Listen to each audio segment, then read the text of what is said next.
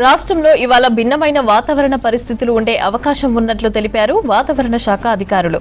ప్రస్తుతం బంగాళాఖాతంలో కొనసాగుతున్న ద్రోణి కారణంగా ఇవాళ పలు చోట్ల వర్షాలకి ఛాన్స్ ఉందన్నారు వెదర్ ఆఫీసర్లు. ఇవాళ జయశంకర్, భూపాలపల్లి, ములుగు, భద్రాద్రి కొత్తగూడెం, ఖమ్మం, మహబూబాబాద్ జిల్లాల్లో అక్కడక్కడ తేలికపాటి నుంచి మోస్తరు వర్షాలు కురిసే అవకాశం ఉందన్నారు.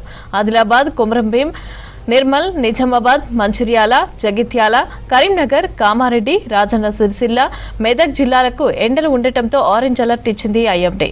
రేపటి నుంచి ఎండ తీవ్రత మరింత పెరిగే అవకాశం ఉందన్నారు. రాష్ట్రంలో వాతావరణ పరిస్థితులకు సంబంధించి మరిన్ని డీటెయిల్స్ కల్పన అందిస్తారు. కల్పన,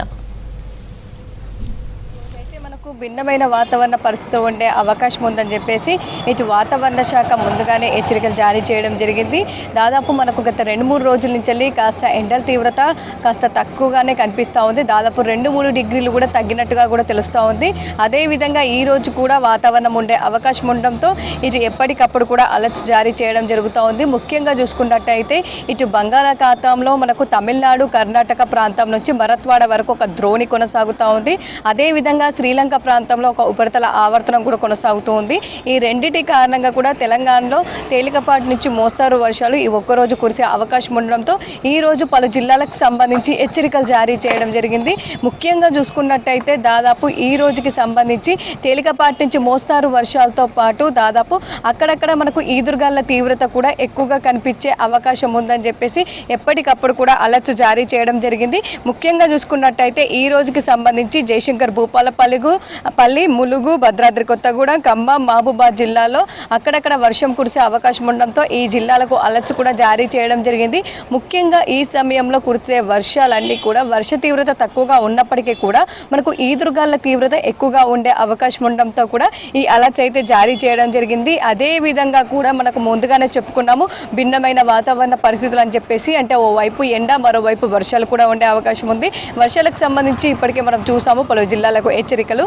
అదే విధంగా కూడా ఎండ తీవ్రత కాస్త మనకంటే 1-2 డిగ్రీలు అయితే తక్కువగానే ఈ రోజు ఉండే అవకాశం ఉంది. ఈ రోజు ఎండల తీవ్రత ముఖ్యంగా మనకు ఉత్తర జిల్లాలో కాస్త ఎక్కువగా ఉండే అవకాశం ఉండడంతో ఆ జిల్లాలకు సంబంధించి కూడా హెచ్చరికలు జారీ చేయడం జరిగింది.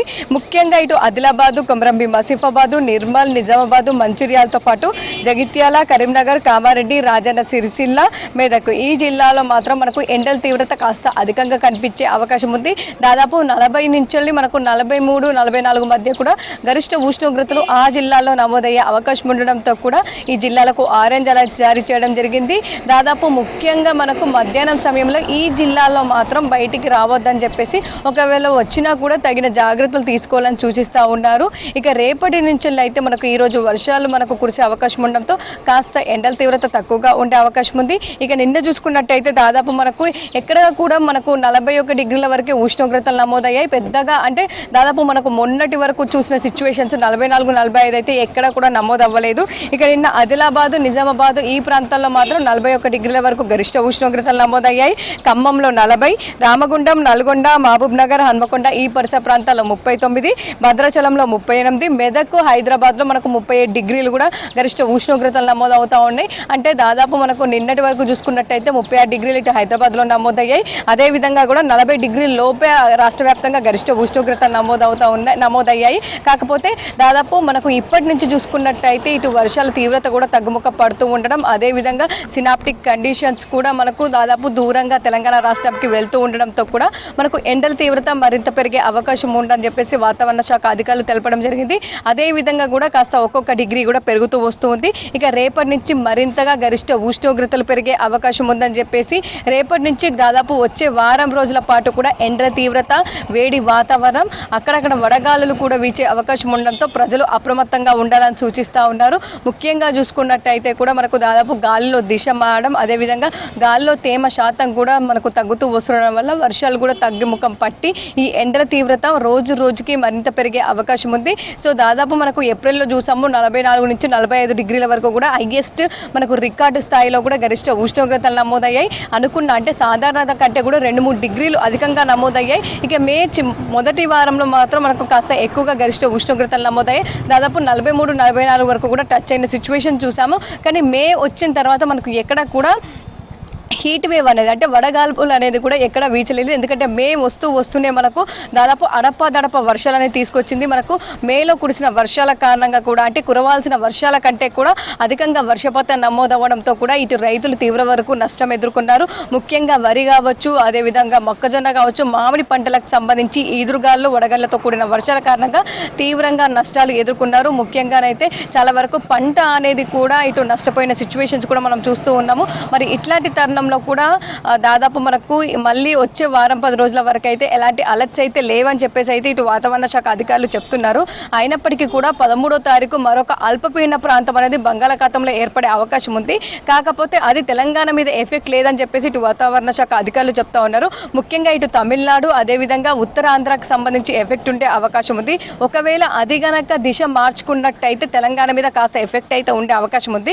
కాకపోతే ప్రస్తుత పరిస్థితులు చూసుకున్నట్టయితే ఎలాంటి ఎఫెక్ట్ అయితే లేదు. రానున్న రోజుల్లో మరింత ఎండల తీవ్రత ఒక వారం 10 రోజులు అయితే కనిపించే అవకాశం ఉంది. ఈ ఎండల తీవ్రత అంటే ఒకేసారిగా మనకు చల్లబడిన వాతావరణం కాస్త తక్కువగా నమోదైన ఉష్ణోగ్రతలు ఒక్కసారిగా మరింత పెరిగే అవకాశం ఉండడంతో ఇటు చిన్నపిల్లలు, వృద్ధులు కావచ్చు, భవన నిర్మాణ కార్మికులు కావచ్చు, రైతులు కావచ్చు, ఎవరైతే ఇతరత్ర పనుల మీద బయటికి వెళ్లే వాళ్ళు ఉంటారో వాళ్ళందరూ కూడా తగిన జాగ్రత్తలు తీసుకోవాలని చెప్తా ఉన్నారు.